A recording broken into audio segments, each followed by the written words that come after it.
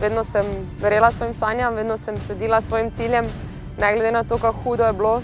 Za svoj največji uspeh štejem to, da ne glede na vse izzive, poškodbe, zagate, vse pač negativne zadeve, torej, se nikoli nisem predala.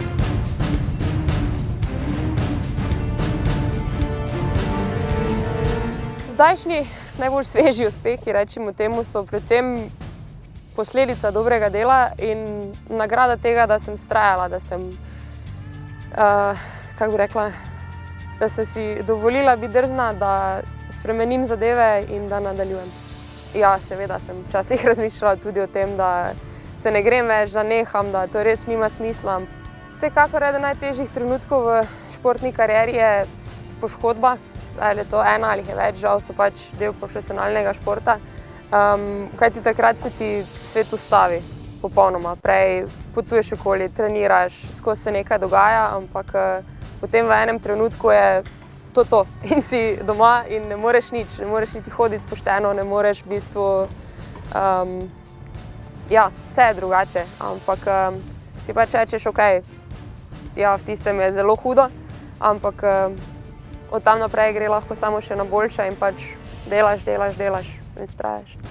Največ v obdobju v bistvu poškodb oziroma rečemo neuspehov pomeni podpora družine oziroma bližnjih, ekipe, da tudi oni verjamejo, ja, jaz verjamem vase, zato še to delam, zato vztrajam, ampak na koncu rabim tudi njihovo podporo, ker brez podpore bližnjih mislim, da res me ne bi bilo že nekaj časa v športu. Kot mama sem v bistvu najbolj ponosna na Ilko zato, ker skoraj ni stvari, ki je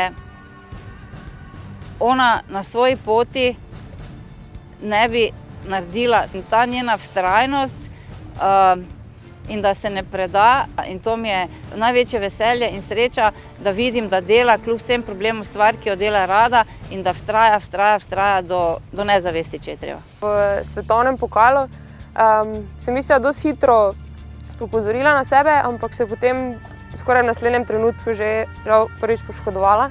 Tako da potem do rečemo prve zmage oziroma prvih stopničk pa je trajalo zelo dolgo.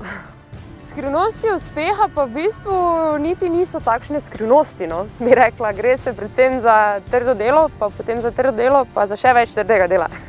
Vsekakor pa niti slučajno ne gre brez res dobre podpore. Ja, seveda družine, pa tudi bližnjih, ekipe in potem ja, zaupanja med vsemi temi členi. Ko si vodja ekipe in trener svojih lastnih hčeri, je to ena druga relacija, kot če si samo vodja ekipe.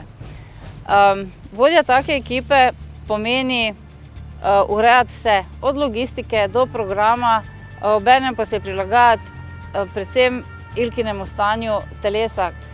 Kar se pa tiče biti trenerja svojih hčerki, pa je dosti bolj komplicirano. Če bi mi kdo takrat na začetku povedal, kako je to težko, kako je to skoraj nemogoče, mu tako ne bi verjela. Ta odnos mama-hčerka riskiraš vsak dan ne vem kolikokrat, kar je težko in dostikrat se zavedam, da lahko tudi ta odnos se popolnoma izgubi. Vmes se je že to tudi zgodilo sicer nama, ampak smo našli pot nazaj, tako da je dosti okej, nikakor pa nisva normalna mama in hčerka. V takšni vlogi moraš svoje pomisleke dati na stran in se odločiš, plan je, kaj je potrebno narediti, kako smo si splanirali ta trening, kaj želimo in takrat enostavno prevladuje trenerska plat. V trenutku, ko zapustimo teren, pa obstaja možnost komunikacije in diskusije, ki je na terenu ni. Takrat sem mama. Na svojo prihodnost trenutno gledam kot na zelo planirano, zato ker vem, da dokler se bom profesionalno ukvarjala s smučanjem, je ta program več kot jasen, kako in kaj. Za dalje pa pravzaprav ne vem. Sem že dosti razmišljala o tem, ampak ugotovila, da bolj ko razmišljam o tem, kaj bom delala kasneje, manj sem tukaj in zdaj. Tako da sem rečemo delno opustila te misli in res bolj se posvečam in uživam v zdajšnjih trenutkih.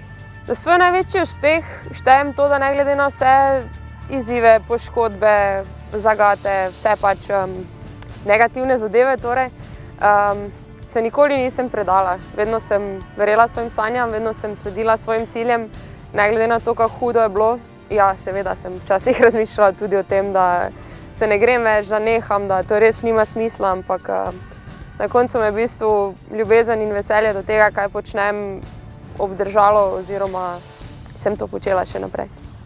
Vsi izzivi, ki jih prinaša delo, so dostikrat nepričakovani, ampak tisti nenavadni izzivi pa včasih terjajo ogromno volje, energije in komunikacija ni ravno na vrhunskem nivoju zmeraj v takem športu, kot je ta. Včasih res potrebuješ tudi pomoč, nasvet nekoga drugega, ker enostavno ne moreš vse zložiti. Kot trenerka moram povedati, da sem zdaj spet v tej vlogi neposredno in ta trenutek sem res zadovoljna, res ponosna, da smo uspeli najti stvari, da sem uspela najti stvari, ki Ilki koristijo, da res se je lahko ponovno dvignila na ta nivo, kamor se je. Pravzaprav sem se odločila za tečaj coachinga pri Aleksandru na Mastermind Academy iz radovednosti, v bistvu, zato ker sem tekom kariere probala marsikaj, s čim bi si pomagala na psihičnem vidiku oziroma pri psihični pripravi. In sem rekla, ok, pa da vidim, zakaj se gre. Ja, v prvi vrsti sem želela pomagati sebi, ampak sem se pravzaprav naučila, da vse skupaj dokaj enostavno, no. Preprosto moraš povedati, kaj bi rad, moraš poslušati in predvsem moraš si postavljati prava vprašanja. Ja, včasih jih sam sebi ne moreš, zato ker je težko, ker boli, takrat pač nastopi nekdo drug. Dobro vprašanje bi jaz rekla, da je nekaj, na kar moraš poiskati odgovor na sebi in te ta posledično premakne. Da tudi, če ne vem, te nekaj moti, z nečim nisi zadovoljen, da to opaziš in predvsem, da se to potem želiš spremeniti. Kaj bi lahko naredila še boljše, sem naredila vse, kaj je v moji moči in potem si v bistvu nikoli nimam nič za očitati, ne glede na posledico oziroma rezultat. In res sem vesela, da se tudi mama odločila za ta korak, saj se lahko včasih kar na hitro pokavčamo, bomo rekli. Obiskala sem kar nekaj delavnic dr. Aleksandra Šinigoja. Osvojena znanja iz NLP-ja in coachinga pomagajo v bistvu vsakodnevno. Moram povedati, da komunikacija je tukaj res problem v teh naših sferah včasih in zato obiskati te delavnice, obiskala sem jih kar nekaj.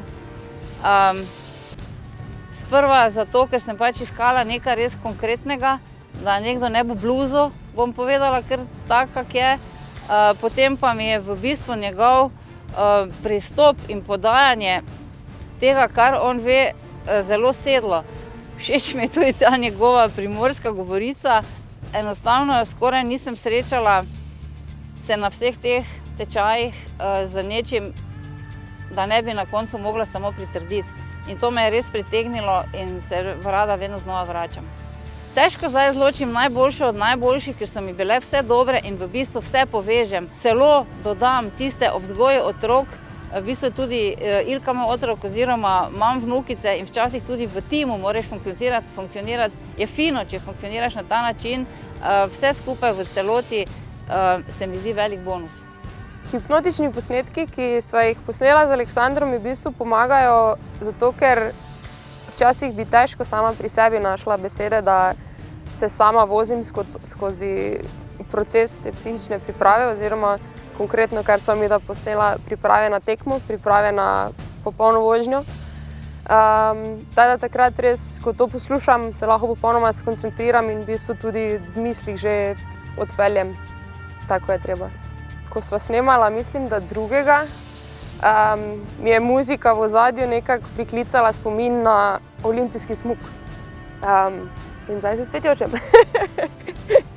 V glavnem, tudi takrat sem v bistvu odpeljala, tako sem si zamislila že tam. Te posnetke hipnotične poslušam, moram reči, doma nekje enkrat, mogoče dvakrat na teden, drugače pa, ko smo na okolju oziroma pred tekmo, pa definitivno vsak večer. Online delavnice, ki jih ima Aleksander, v bistvu so vzrok, da sem se mu lahko sploh priključila, drugače se mu ne bi mogla in lahko poslušam, kadar imam jaz čas in voljo. In to je res tisti res bonus, da lahko delaš takrat, ko res želiš. Online programi na Mastermind Akademiji so v bistvu, kar se mene tiče, nekaj najboljšega. Zato, ker res časovno pač bi bilo drugače skoraj nemogoče loviti te termine oziroma najti čas, da sem dejansko tam.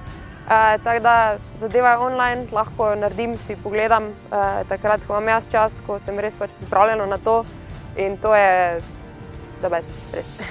Vsi, ki se znajdete pred podobnimi družinskimi izzivi, treba je vztrajati, treba je jasno zastaviti cilje in z določeno, res z vztrajnostjo in z dobro komunikacijo je vse mogoče. Verjamem, da se vsaj nekajkrat v življenju vsak znajde na nekem razpotju, v težavah, da ne vidi poti naprej, da ne ve kako in kaj. Takrat mislim, da je najbolj potrebno se zavedati, kje si, kaj imaš in ja, tudi konec koncev poiskati pomoč, pač čisto nič ni narobe s tem. Potem vidiš, česar v bistvu nisi vedel, naučiš se nekaj novega in posledično lahko po tistem, ko pomagaš sebi, mogoče pomagaš tudi komu drugemu. Verjamem, da marsikdo, ki si bo gledal ta posnetek, se bo vsaj v nekem aspektu oziroma v neki temi, ki smo jih predelali, našel. Zdaj, kakorkoli je, verjamem, da vsak ima v sebi neko pot, neko željo, neko voljo, da doseže nekaj velikega, predvsem nekaj, kar ga veseli. Tako da sledite temu in ja, bodite srečni in veseli.